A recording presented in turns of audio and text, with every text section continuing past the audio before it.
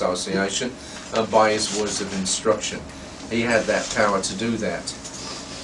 But sometimes, of course, people, especially in India, they do appreciate sadhus. They know, spiritual personalities. They offer some respect. But generally speaking, it's not for the right reasons. And we had an example of that. We were traveling on a train from Madras to Nellore, that's in South India.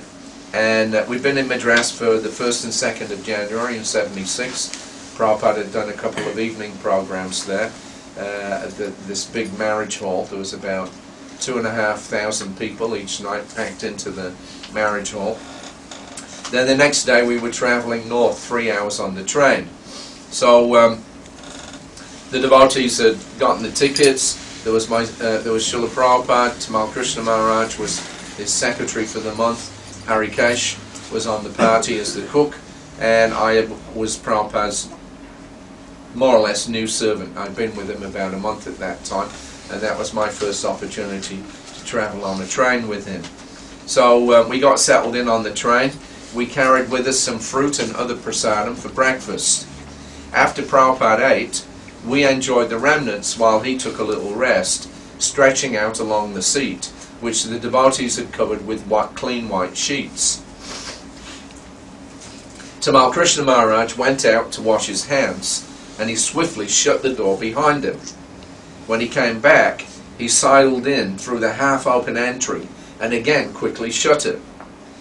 There are 3 men hanging out in the corridor hoping to see Srila Prabhupada, he said, answering our quizzical looks.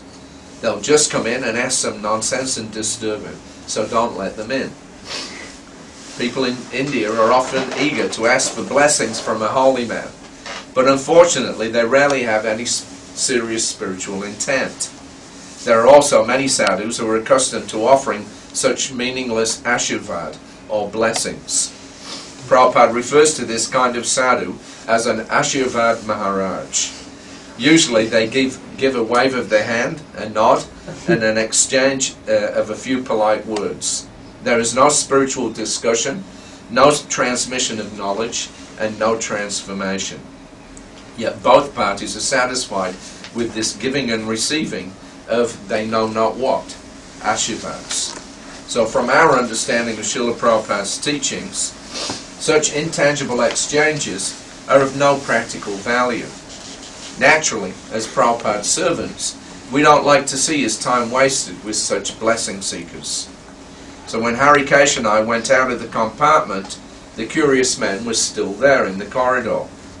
On our return, despite our obvious reluctance to let them in, they strained to see past us, knowing that if they caught Srila Prabhupada's eye, then etiquette would oblige him to let them in. Prabhupada was awake, eye contact was made, and he instructed us to let them come in. The 3 filed in and sat opposite Srila Prabhupada, smiling and pleased to have evaded the secretaries of somebody that they knew was a great spiritual leader and holy man. Thus we all sat. We 3, somewhat irritated by this polite infringement on Prabhupada's precious time. Those 3, ignoring us and eager to have Prabhupada's darshan. And Prabhupada, as always, a warm and cordial host. Not at all inconvenienced, Prabhupada received them courteously and asked them a few polite questions. What were their names? What did they do? Where did they come from? And the like. Then he looked directly into their faces and asked, "So, what can I do for you?" "Well, Swamiji, we just wanted to get your blessings." "What is that blessing?"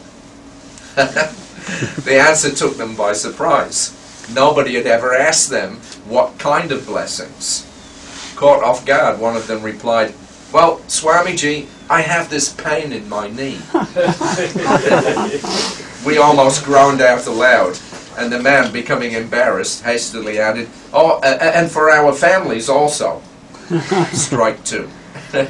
And of course, we want to do good to others. As he trailed off into confused silence, Prabhupada indicated his 3 disciples with shaved heads, seekers, kurtas, dhotis, and tulsi beads. He told them, "This is my blessing. These boys have given up everything for Krishna service and to chant Hare Krishna. Are you prepared to accept such a blessing? At first there was no reply. They were stunned. All kinds of wild thoughts seemed to run through their heads and across their faces. Then, before they could become the beneficiaries of this blessing, they hurriedly stood up. One of them stammered, "Well, actually, Swamiji, at the moment, we have so many duties with the family and everything, and this kind of a life of a sannyasi, this is not for us, it's not possible." And with profuse apologies and many thanks, they beat a hasty retreat. We all laughed as Prabhupada sat smiling and shook his head. "This is the problem," he said. "They simply take a sadhu as some means for avoiding paying the doctor's bill. That's all." Ashirvad Maharaj. They're not serious for spiritual life. People have no appreciation of a real Mahatma. So that was quite funny. We discussed it before they came in, so then Prabhupada was primed, and when they came in, he just put it straight on them. "All right, this is the blessing. Do you want it?"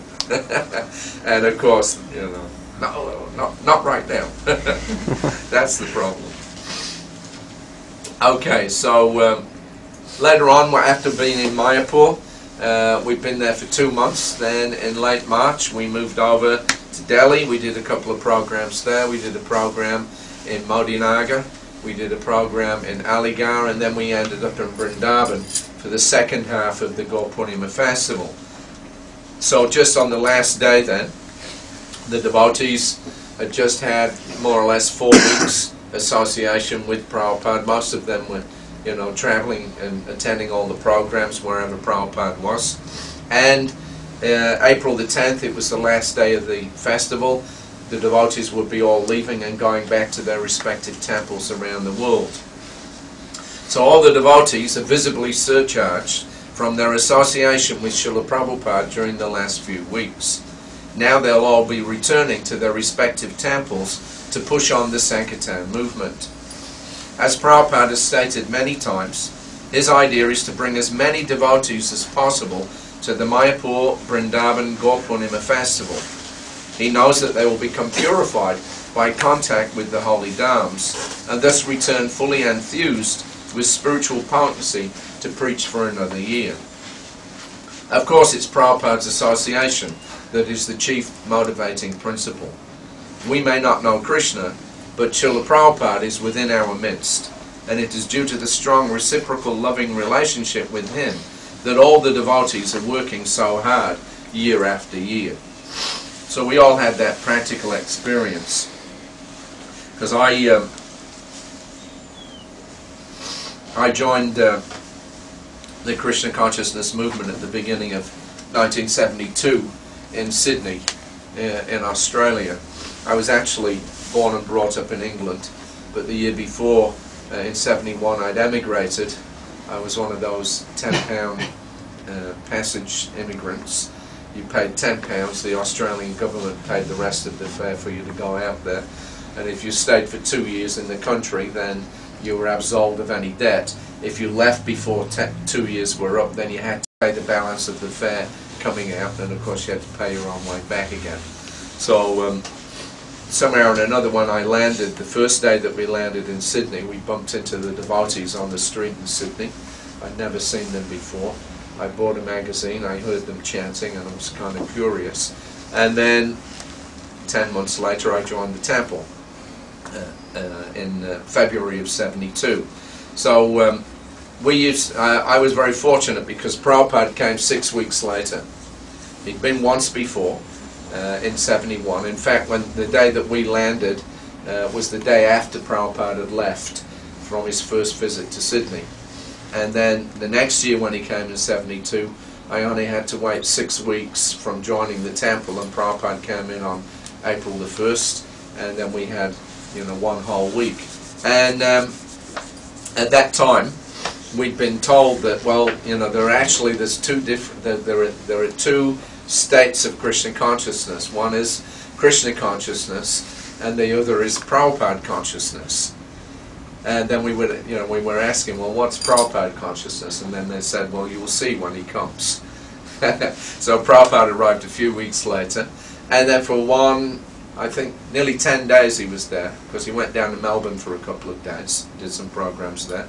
But for the whole period that Prabhupada was there, we were just, you know, eating, sleeping and breathing Prabhupada. That was it, 24 hours, you know, all day, every day. We were just thinking about Srila Prabhupada, and we were completely absorbed, you know, in everything that he was doing and everything that he was saying.